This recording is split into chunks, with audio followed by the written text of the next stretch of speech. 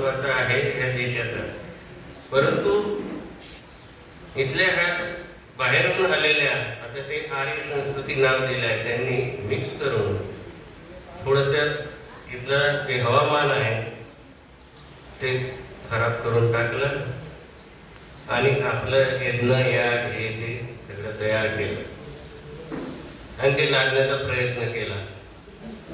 बुद्धाचा जन्म झाला आणि बुद्धानं ही सम्यक संस्कृती दिली, बौद्ध संस्कृती दिली.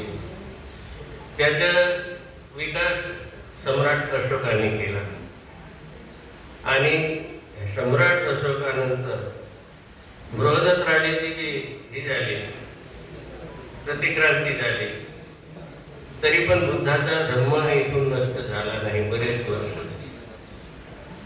वर्ष नष्ट झाला नाही, कारण तो मनामनात रुजलेला होता प्रत्येकाने.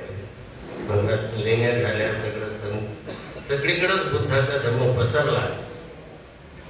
परंतु शेवटी राजाश्रय जोपर्यंत होता तोपर्यंत हा टिकला, पण राजाश्रय संपल्यानंतर ह्या लोकांनी, वैदिकांनी उचल खाल्ली आणि आपली संस्था स्थापन करण्याचा प्रयत्न केला. हा इतिहास आहे, आपल्या सर्वांना माहित आहे, मी नव्यानं सांगत नाही.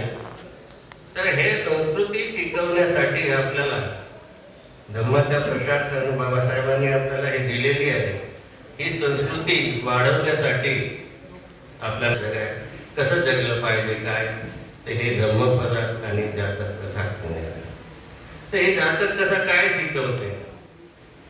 आता सध्या माणसं आणि जातक कथामध्ये काय आहे की भगवंतांना म्हणजे काही अशा समस्या निर्माण झाल्या